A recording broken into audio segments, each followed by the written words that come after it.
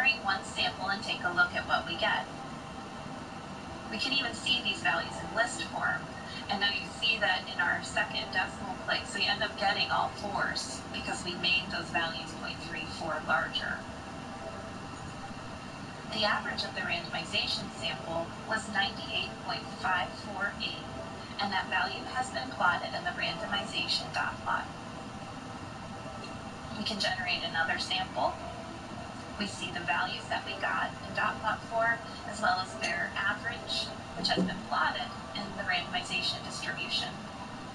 And we can cut to the chase and generate 1,000 randomization samples and record the sample means. So what kind of test do we have? Is it right tail, left tail, two-tail? Our alternative hypothesis was that mu was not equal to 98.6, which makes this a two-tail test. So we marked two-tail in the distribution, and we have one more step. Do you remember what it was? Yes, we wanted to know just how extreme is our original sample mean if the null hypothesis is true, or how unusual would it be to get this value of 98.26 from a population whose mean is 98.6. So we need to change the cutoff to match our original sample mean. So we input 98.26 and click OK. Notice how far out the distribution 98.26 falls. We didn't have a single randomization sample mean that was that small. For that reason, the proportion in the left tail was 0. The same in the right tail. So our p-value is essentially 0. What if we tried again? Maybe we could get the same result. It should be close, but let's see. If we generate 1,000 more samples, separate out the two tails, and change the cutoff to be 98.26. This time we did have some randomization means that were at least that extreme. So in the third decimal place, we ended up getting 1, and the p-value will be twice that. So for your note, we have another example of randomization distribution pictured here, with 2,000 randomization samples whose means have been recorded in the dot plot. You'll notice that 2 out of 2,000 were more extreme on the small end than our sample mean of 98.26. So the proportion in the left tail was 0.001. However, because this was a two-tail test, we need to account for the other extreme by doubling the 0.001, and we get a p-value of 0.002. What would our conclusion be for this hypothesis test?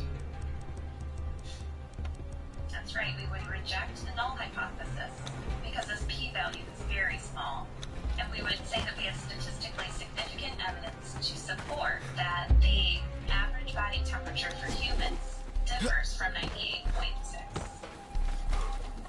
In this next example, we'll investigate the question, do males exercise more hours per week than females? Notice here that we have one categorical variable in whether or not the individuals are male or female, and one quantitative variable, which is the number of hours of exercise. So the parameter of interest is a difference in means. And for our sample, we find that the difference in the two means is 3 hours, where males of the sample exercise more. What I'd like for you to do now is state the null and alternative hypotheses. Then think of a way that we could simulate randomization samples that would meet our 3 criteria of using the observed sample data, making the null hypothesis true, and reflecting the way that the data were collected. Do this and pause the video while you do it, and then go ahead and come back when you're finished. Our null hypothesis should indicate that there is no effect or no difference. So in this context, it would be that the average number of hours that the males exercise per week is the same as that of the females. And the alternative hypothesis should match the question of interest, which was, do males exercise more hours per week than females?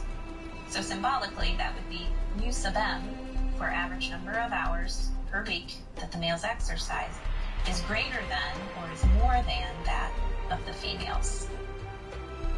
Next, we need to identify a way to simulate our randomization samples so that we satisfy our 3 criteria. So the first is pretty easy. We just need to make sure that we use the observed sample data. The second is that we meet the assumption that the null hypothesis is true. And this is where we run into a little bit of an issue. The null hypothesis states that the means are equal between the male group and the female group. And we're supposed to use this sample data, but the difference between the means for the 2 groups is not 0. They are not the same means. They differ by 3 hours. So how can we satisfy the first 2 criteria at the same time? Well, we could still use the original sample data and satisfy the null hypothesis that the means are equal by taking all of these female values and adding 3 to them. As a result, the difference in the sample means would then be 0, and we would satisfy our null hypothesis of equal means. So for your notes, to make the null hypothesis true, we must make the means equal. And one way to do this is to add 3 to every female value. Now when we had a single mean, the null hypothesis automatically allowed for the values to be shifted. Here, however, our parameter of interest was a difference of means, and the default setting is to reallocate groups for the applications where we have a randomized experiment. So we can accomplish this shifting by changing that selection to shift groups. Once we've done that, we will meet our 3rd criteria, which was to reflect the way that the data were collected by sampling from the revised sampling data with replacement and calculating the statistic of interest, which was the difference in means, from this bootstrap sample. So now that we have an understanding of how our randomization samples have been created, we can identify whether we have a left-tailed, right-tailed, or 2-tailed test by looking at the alternative hypothesis. So here, it looks like we would have data that's considered to provide statistically significant evidence against the null hypothesis and in favor of the alternative if the mean number of hours males is much larger than that of females.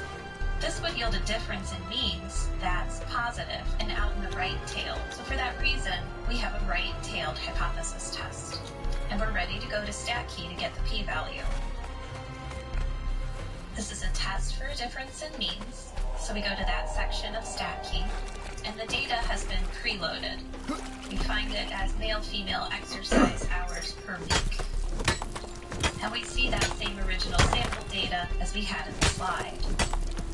Our null hypothesis is by default mu1 equals mu2, where group 1 is males and group 2 is females. Our randomization method we do have to change to be shift groups, and by doing that, StatKey will make all of these female data values 3 larger so that we are bootstrapping from a sample that meets the null hypothesis. So when we generate our first randomization sample, we obtain a sample that yields a difference in means of negative 4.68, and that value has been plotted in the randomization distribution. We generate a second sample. This time, we get a difference in means of positive 4.48, and that value has been plotted in the distribution. And so we jump ahead, generate 1,000 samples, all in a row, plot their difference in means, and we see the randomization distribution for the difference in means. Because this was a right-tailed test, we mark the checkbox next to right tail, and we're almost finished. We have one more step. We need to know just how extreme our observed sample with a difference in means of 3 is. So we change that cutoff to be 3 hours. And we obtain a p-value of 0.096. This tells us that 96 out of 1,002 samples gave us a difference in sample means that was at least as extreme as our original sample. And they're pictured here in red. For your notes, we have a picture of another randomization distribution. There is a slight difference out in the third decimal place, but for our purposes, this is accurate enough.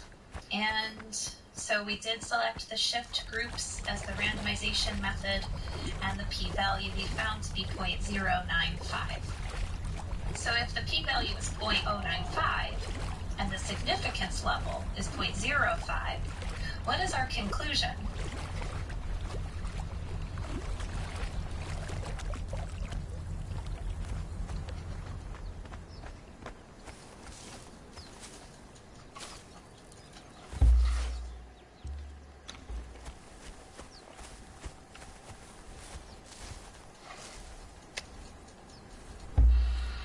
And the answer is nothing. Since our p-value is larger than our significance level, we do not consider our statistic to be unusual, and for that reason we do not reject the null hypothesis. Our test is inconclusive. At this point, let's take the time to compare and contrast the different examples we've seen that utilized a randomization distribution. In the Paul the Octopus example, we had a hypothesis test about a single proportion, and our null hypothesis was that if Paul was just randomly guessing between the two competing teams, that he would have a 50% chance of correctly guessing the winning team.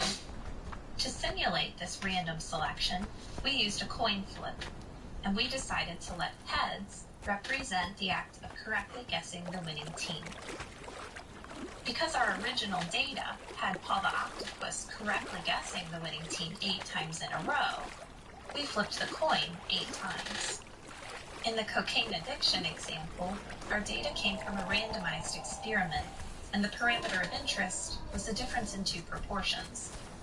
Our null hypothesis was that the proportion who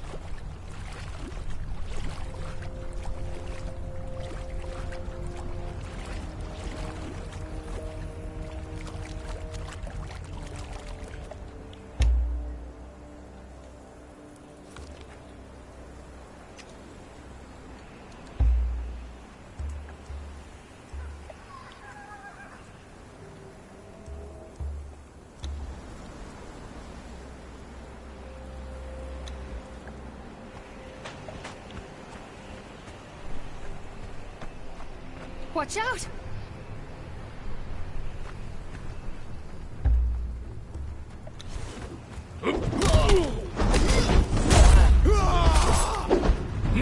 God, You picked the wrong fight.